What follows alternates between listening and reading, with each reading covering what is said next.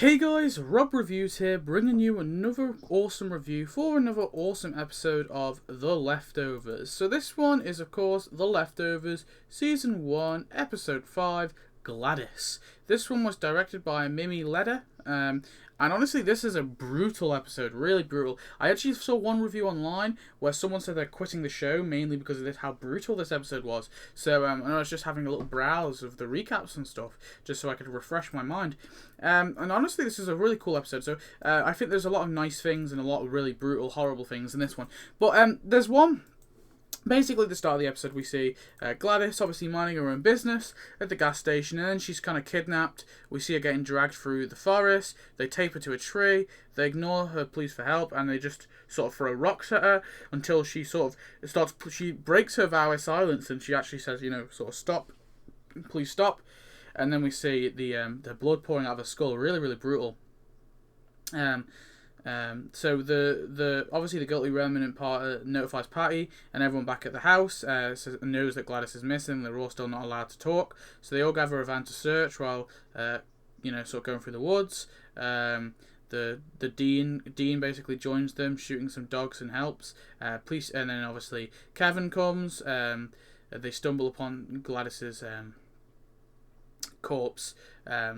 Laurie stumbles upon Gladys's corpse, and obviously she sort of goes into shock. So then we see the investigation of the murder with Kevin. Kevin's kind of investigating the murder, trying to think who's done it. A lot of people obviously think that maybe the Guilty Remnant just did it. Obviously Kevin, not to mess with evidence until they photographed it, so he obviously goes downhill from there, when obviously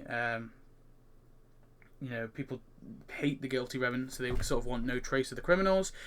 Dean obviously is a witness. He's sort of a little help, and he just wants to know if the cops will give them this gun back, because they obviously took it. Obviously we see Laurie's kind of badly shaken, and we have Meg and stuff like that. Kind of like saying, are we surprised? We want them to remember something to forget. They're not going to leave us alone. Obviously we see kind of Laurie sort of knows all this, and she eventually collapses. She sort of wakes up in an emergency room where a doctor asks her how many cigarettes she smokes a day. She obviously doesn't respond. Then we have Kevin in investigation into the murder, stumbles along, where he makes a stop at Jill's chemistry class. School tells her about the attack and tells her that it should be fine. Her mum should be fine. And she obviously says she wouldn't cry for me, kind of thing. Obviously, kind of thing. And then we have Kevin heads to the detective, who noticed that the people actually. There's a cult related homicide in Mapleton, so the detective argued that it was protocol. Obviously, so she actually insisted them, and they actually shipped the body away. They take the body. Obviously, Mayor Lucy comes out, takes Kevin's side. She agrees that that they shouldn't have done that. Obviously, Kevin calls up the agent and tells him the investigation. Then we have the thing with the alarm at his house, where he keeps on he kind of forgets the thing and it goes off. We have all that stuff. He heads back to the station, brings Reverend Matt for questioning, because obviously the potential suspect. Obviously, they say he stole his church. Matt claims that he's home all evening when Gladys was killed, and his study members can confirm it. Then he turns the tables, asking Kevin if there's any chance he can see Gladys's body. Obviously, he wanted to give her last rites. And obviously that's when they find that the body's not there anymore. He obviously goes to the Guilty Remnant's thing and begs the members to settle down. Give them safety whistles, telling them that he doesn't want them to die, obviously. And then we have the thing with Meg basically telling him that she's not his wife.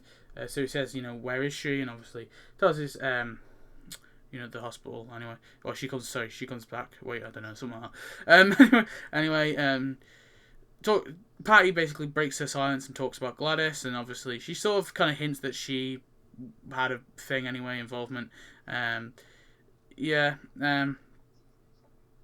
Or at least that's what we can tell. And then we have the things with Kevin trying to receive the body, and then we actually have Gladys meeting a true end, processing at the centre. Obviously code incinerating, and a group of workers send a body down to the thing, and obviously she's actually her body is incinerated.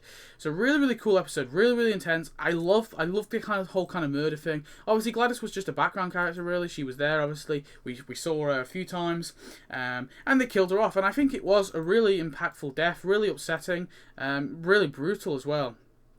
And I think it was done in a really good way. Obviously a pretty brutal way, but a good way nonetheless. And definitely, I liked it. I really did like this episode. I think it had a lot of strong suits, and yeah, really enjoyed it. So now, guys, tell me your thoughts on Gladys as an episode. Did you like it? Did you hate it? I thought it was pretty good. But anyway, thanks for watching. See you next video. Goodbye.